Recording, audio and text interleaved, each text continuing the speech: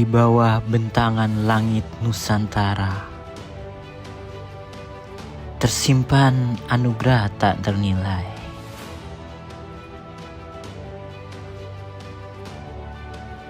Energi dan sumber daya mineral, denyut nadi kehidupan bangsa.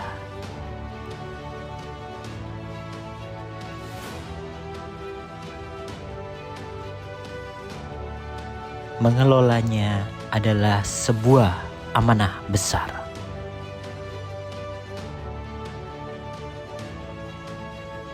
Sebuah panggilan pengabdian yang menuntut lebih dari sekedar keahlian.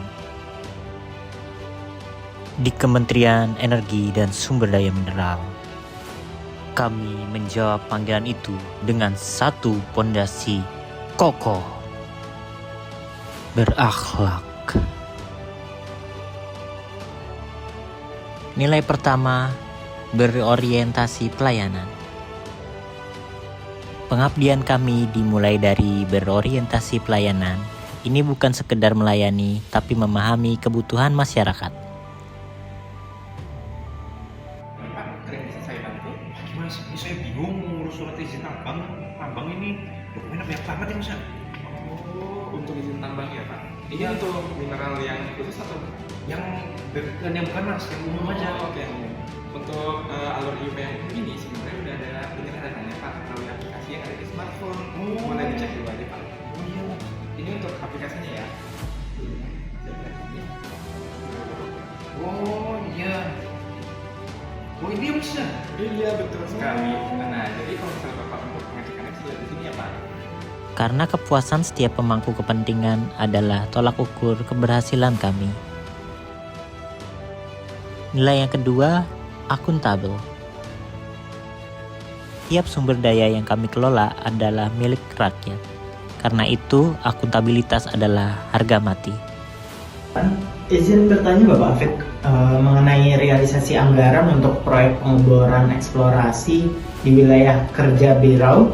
Itu bagaimana ya Pak Bapak Afid? Ya, jadi sesuai datanya ya Pak, capaian kita sudah mencapai 95% dengan output fisik 100%. Ada efisiensi sebesar 5% dari pengadaan peralatan dikarenakan kita telah menggunakan sistem e-katalog dalam pengadaan vendor. Untuk seluruh laporannya sudah saya unggah di sistem monitoring ya Pak. Baik, kerja yang bagus Bapak Afid. Transparansi seperti ini kita harus selalu jaga untuk kemajuan instansi kita Bapak Afid. Kami memegang teguh integritas, bertanggung jawab atas setiap tugas, data dan anggaran yang dipercayakan. Nilai yang ketiga, kompeten. Tantangan di sektor energi terus berkembang, maka kami pun harus terus kompeten. Sepertinya struktur ini mengindikasikan potensi yang cukup bagus Pak. Cuman saya pribadi kesulitan untuk menginterpretasikan datanya Pak. Betul ya Pak? Indikasimu sudah tepat Nak. Jadi kita harus membandingkan data yang di sini yang dari hasil analisa dengan yang di sini dengan contoh bantuan yang kita ambil dari lapangan langsung. Jadi untuk teori lebih dalamnya kita bahas nanti di camp aja ya. Baik Pak, terima kasih atas Oke, siap. Terus belajar adalah suatu kewajiban agar setiap kebijakan didasari oleh pengetahuan terbaik. Nilai yang keempat, harmonis. Kami saling peduli dan menghargai perbedaan, menciptakan suasana kerja yang harmonis. Oke tim, jadi untuk data produksi hulu migasnya Mas Yadi dari hulu, bantu Mas Firman dari hilir ya. Untuk laporannya ditunggu sebelum jam 12 ya, jadi komunikasi kuncinya. Siap Mas Hafid, untuk datanya nanti saya kirim ke Mas Firman. Ya Pak. Masih begini. Coba, sama Mas Firman.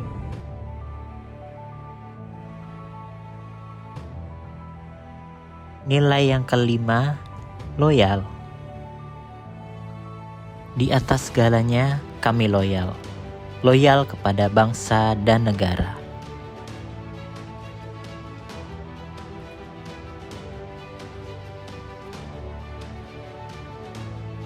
Mengamalkan nilai loyal juga berarti kita menjual usaha pejuang bangsa Indonesia yang telah menumpahkan darah, keringat, dan air mata. Dan melalui sikap ini, juga bisa kita teladani untuk menjaga sektor energi di Indonesia. Terima kasih.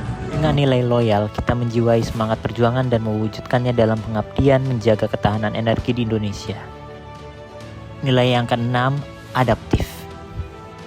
Dunia berubah, kami pun harus adaptif, terus berinovasi dan antusias menghadapi perubahan. Agus, bagaimana kalau di aplikasinya kita tambahin fitur chatbot biar masyarakat itu bisa mengakses informasi 24 jam tanpa harus menunggu jam kerja? Ide bagus Mas Chandra, itu nanti bisa menggunakan banyak waktu. Kita akan bikin konsep dasarnya, lalu kita akan masukkan ke tim pengembangan IT, kita harus terus berkembang. Nilai yang ketujuh, kolaboratif. Mengelola energi adalah orkestra yang kompleks. Kami membangun kerjasama yang sinergis karena kolaborasi adalah kunci. Data potensi di kawasan hutan lindung ini sudah kami siapkan, Pak. Kami butuh masukan dari tim Bapak dan KLHK terkait dengan aspek keanekaragaman hayati agar pembangunannya nanti sejalan dengan prinsip konservasi. Baik, terima kasih. Data ini sangat kami perlukan. Dengan solusi seperti ini, kita bisa mewujudkan transisi energi yang berkelanjutan sambil tetap menjaga kelestarian alam kita. Berakhlak bukan hanya sebuah akronim, ia adalah detak jantung pengabdian kami. Energi yang menggerakkan setiap insan SDM untuk terus berkarya, menjaga amanah, dan menerangi masa depan Indonesia.